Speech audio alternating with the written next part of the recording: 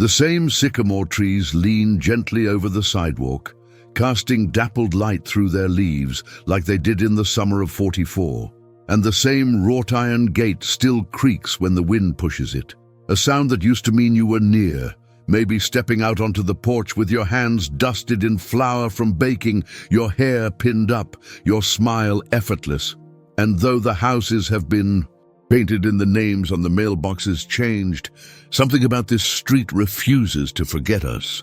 When I left in 1944, Fort Benning was just a place on a train ticket, and Europe felt like another planet.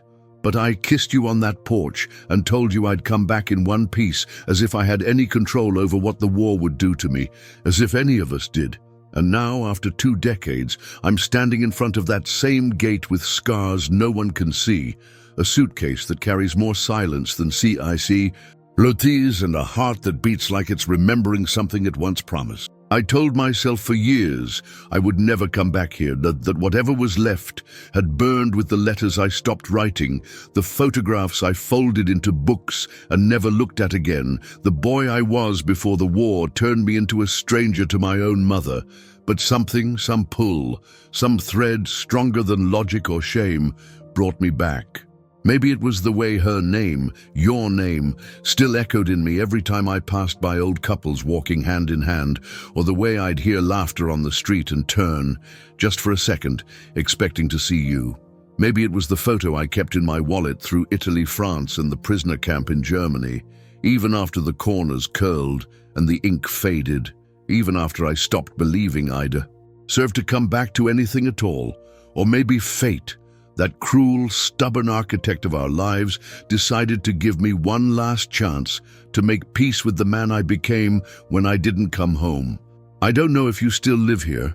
I don't know if you got tired of waiting and married someone who gave you the life I couldn't, but I do know this.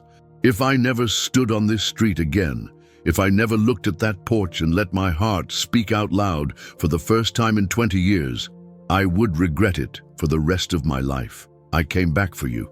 Even if you've forgotten me, even if I've forgotten myself. If this story is touching you like it touched me while writing it, leave a like and subscribe to the channel.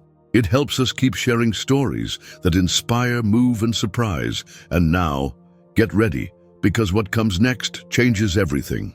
I arrived back in Georgia in the spring of 1964, 2 decades older in body, but in soul, I was still the 21-year-old kid who stood barefoot on the porch of 218 Sycamore Lane, holding your hand and promising things I couldn't possibly keep. And as the Greyhound bus pulled out of the depot in Macon, the air smelled like honeysuckle and rain, and I realized I had no idea what I was doing there. Except that something inside me refused to let me die without walking that street again. Sycamore Lane hadn't changed much, not really. The trees were thicker, sure, and the new asphalt gave the road a kind of suburban shine it never had in the '40s. But the rhythm of it was still the same, like a small-town lullaby that hums under the surface of everything.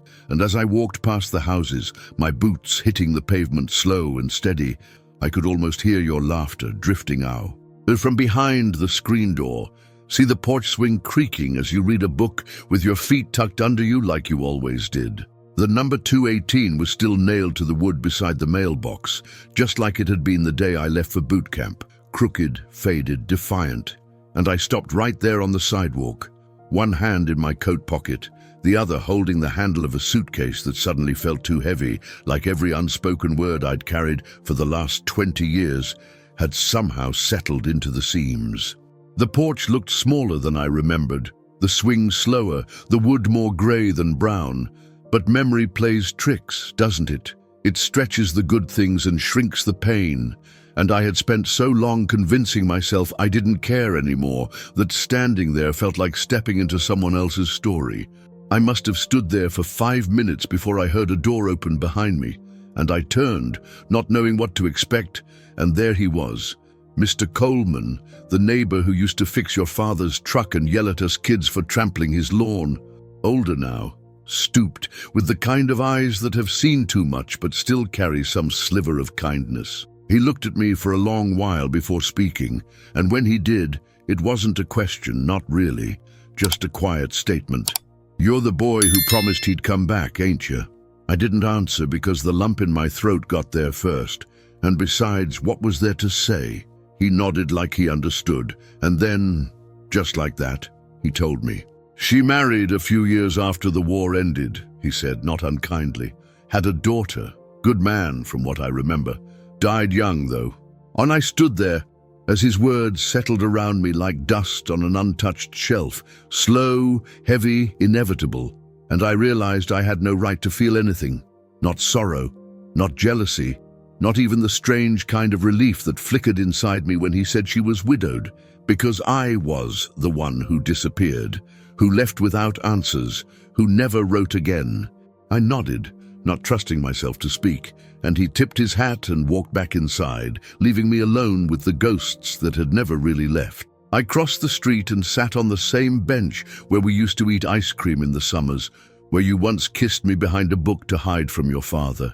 And I looked at that house, your house, and tried to see the life you'd built there without me. The mornings you spent making coffee, the birthdays, the laughter, the heartbreak. And I wondered if you ever looked out that window and though. About the boy who never came back. For 20 years, I had buried this street deep beneath layers of silence, telling myself it didn't matter anymore, that I had grown past it. But memory isn't a grave, it's a garden, and even if you stop watering it, something always survives. And now, sitting there with the spring wind tugging at my coat, I felt it, all of it, the promise, the fear, the love that had never been allowed to finish writing itself. Was I selfish to come back? Was I a fool to hope? I didn't know the answer then. I still don't. But I do know that the past we pretend to forget is never really gone. It waits quietly in the places we once called home, ready to remind us who we were and who we might still be. There were nights in Italy when I could swear I heard your voice through the shellfire, soft, steady, like the radio playing in your kitchen back home, the one that always played Sinatra in the afternoons while you baked cornbread and sang along without ever missing a note. And in those moments, when the world around me was smoke and blood and the weight of fear pressed down so hard I could bear, barely breathe, I'd close my eyes and see your face, and for a few seconds the war would fall away.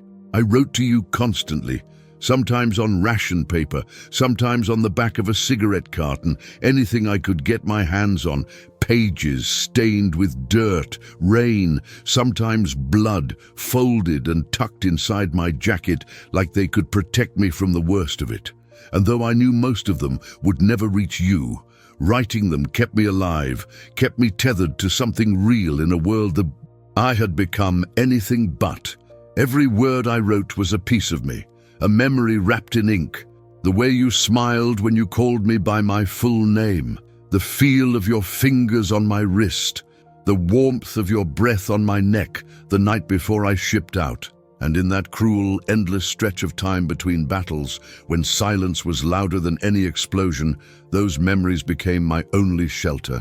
In Anzio, I watched a friend die. Thomas, the one from Illinois, with the loud laugh and the photograph of his wife folded into his helmet liner. And after we buried him, I sat under a tree and prayed, not for victory, not even for survival, but that if I never made it home, someone would tell you I tried, that you'd somehow know you were the reason I kept getting back up every time death knocks. "Get on the door!" The medal they gave me later, the bronze star they pinned to my chest with solemn words and stiff salutes, it never felt like honor, only guilt, like the universe got its math wrong and I was the one left standing when better men had fallen. And even now, all these years later, that medal stays buried in the bottom drawer of my dresser, under old letters and loose change, because I've never known what to do with something that reminds me so clearly of everything I lost. I was wounded in Casino, not bad enough to die, just enough to stop being myself for a while, and I was taken prisoner by the Germans not long after that, held in a camp somewhere cold and grey, where names didn't matter and time stopped having meaning. And for 3 years I was nobody, just a number, a pair of boots with a soul that flickered sometimes, mostly when I thought about you. The days blurred together. Cold coffee, thin soup, mud floors, the smell of unwashed men and hopelessness. And the only thing that kept me from disappearing entirely was the letter you wrote before I left, folded so carefully in my chest pocket that it somehow survived it all, even when I didn't. It wasn't long or poetic, just a few lines, promising you'd wait, promising you believed in me. But I read it so many times the paper grew soft. The ink smudged into a shape more memory than language, and still I kept it close, like a prayer, like a compass. When the war ended and they let us go, I didn't go straight home. I wandered. First through Europe, then New York, then Kentucky, working odd jobs, keeping my head down, afraid that if I came back and you were gone, or worse, if you saw what the war had made of me, I wouldn't survive it. Because it wasn't just my body that had changed. It was the part of me that used to dream, that used to make promises and mean them, that used to believe love was stronger than time or distance or war. And I didn't think I had the right to come back and ask for a life I'd abandoned. So I didn't. I disappeared. I buried the boy I had been and tried to become a man who didn't need anyone. But every time I closed my eyes, you were there, on that porch, laughing, holding my hand, brushing a speck of dust from my sleeve like it mattered more than anything else in the world. And I knew deep down that no matter how far I ran, you would always be home.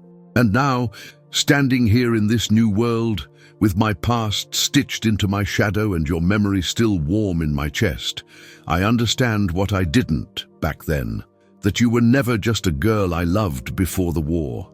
You were the only place that ever made me feel human.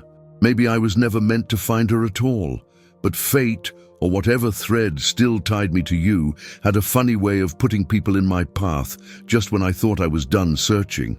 And that's how I ended up outside a small bookstore just off Main Street, the kind that still smelled like dust and old paperbacks. And there she was, your sister, older, with grey in her hair and lines on her face, but with those same eyes that used to follow us from the kitchen window while we laughed barefoot in the yard. She looked at me like time had folded in on itself, like 20 years had vanished in a blink. And when she finally spoke, her voice was soft, careful, like she didn't quite trust the reality of me standing there.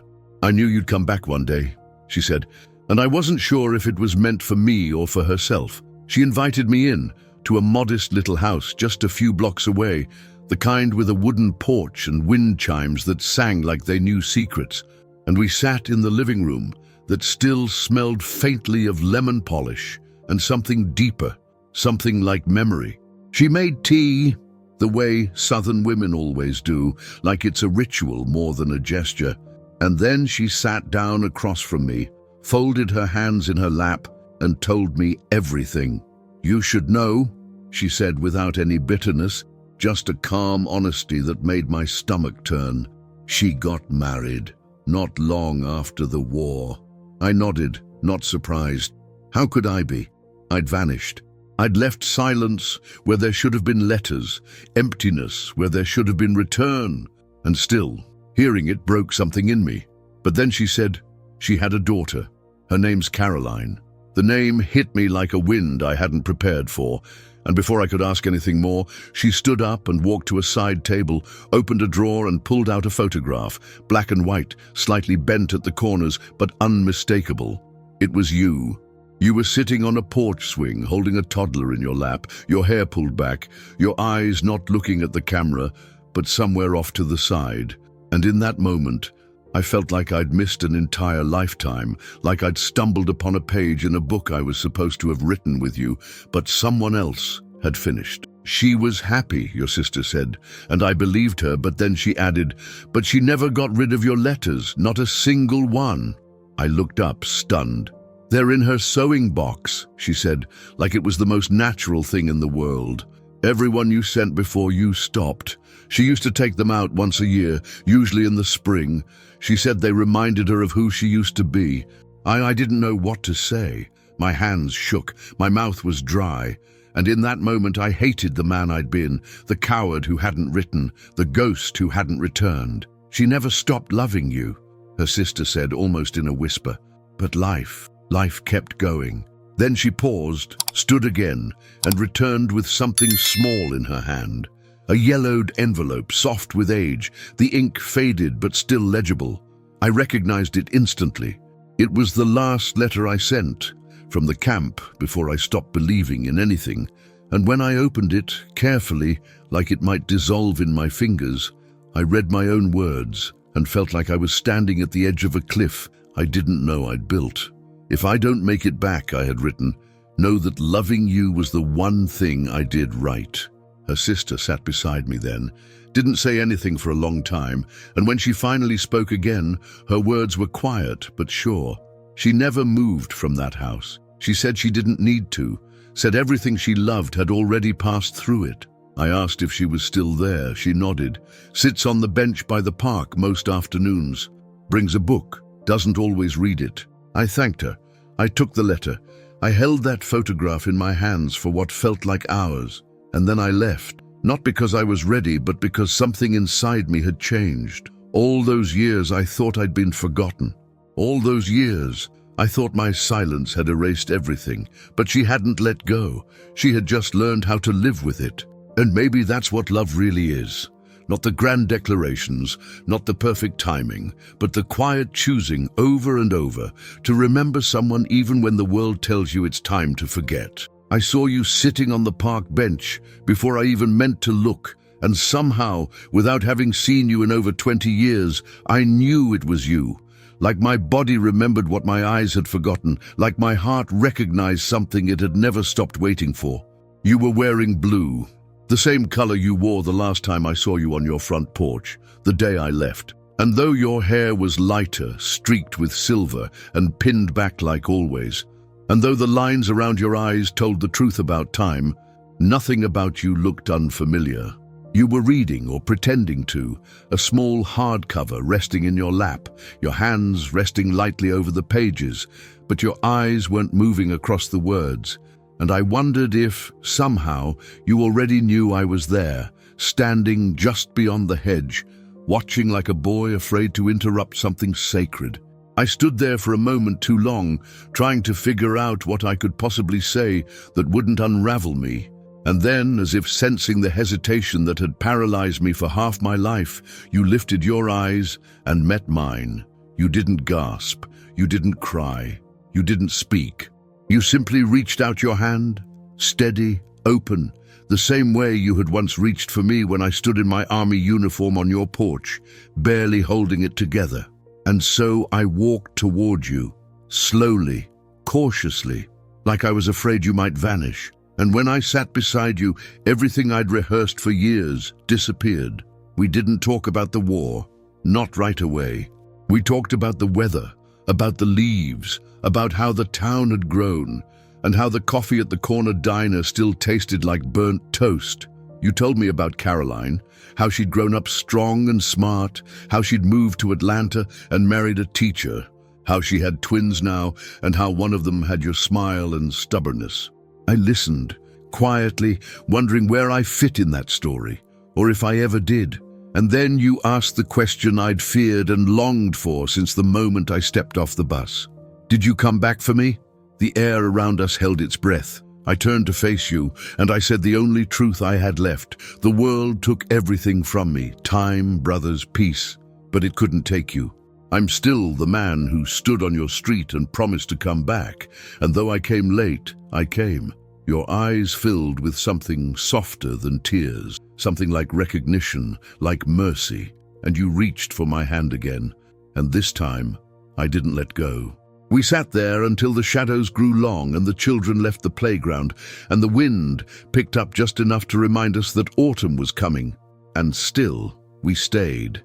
You told me you'd read the letters every spring, just like your sister said, and that part of you had always known I was still out there somewhere, maybe broken, maybe lost, but not gone. I told you everything, about the camp, about the silence, about why I never wrote, not because I thought you needed to know, but because I needed to say it, aloud, with you beside me.